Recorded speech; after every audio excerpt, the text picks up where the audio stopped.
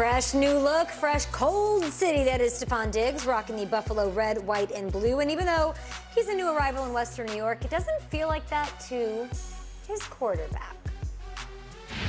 Going with Steph and having that off season where we really didn't see each other that much, but still got in some good reps in Florida, and we talked to each other, over the phone. We played video games with each other. So I feel like I've known him for an extremely long time now. So that's a plus. And he's a guy that's going to step in and be a huge addition to our offense. I love hearing that, especially Kyle in COVID-19 when chemistry isn't there right off the bat. How productive do you think this duo can be this year?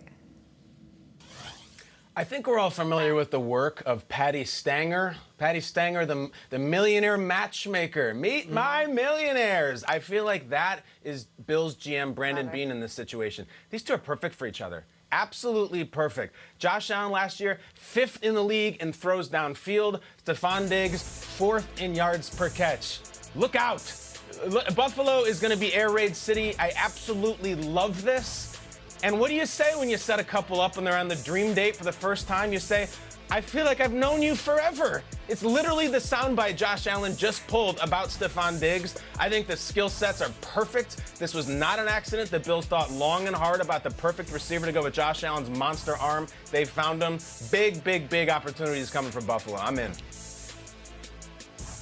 Kyle, the Millionaires Club had a few rules. If you broke them, Patty would get angry. Well, the Buffalo Bills have a few rules. 2-drink maximum. I think you know it, and I think Stefon Diggs, he paints outside the lines. Look, the Vikings, everything seemed to be great, and then all of a sudden he was talking in the media, he was unhappy, it became a distraction, then he ended up being fine, and then he wasn't happy, and he still tweets to this day about stuff in Minnesota, about not being utilized right, and maybe they didn't appreciate him, and the fans aren't appreciating him.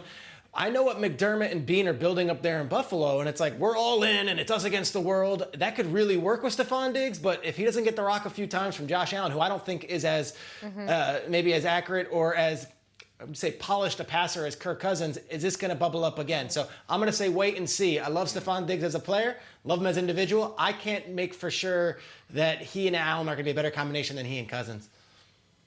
I'm excited about this because, like Kyle said, this is Mr. Big Arm meets Mr. Big Catch.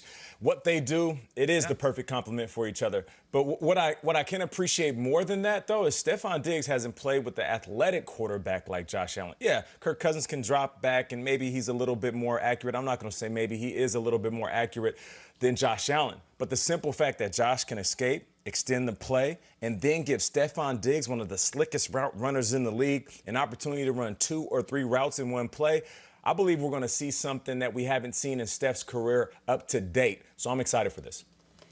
Wow.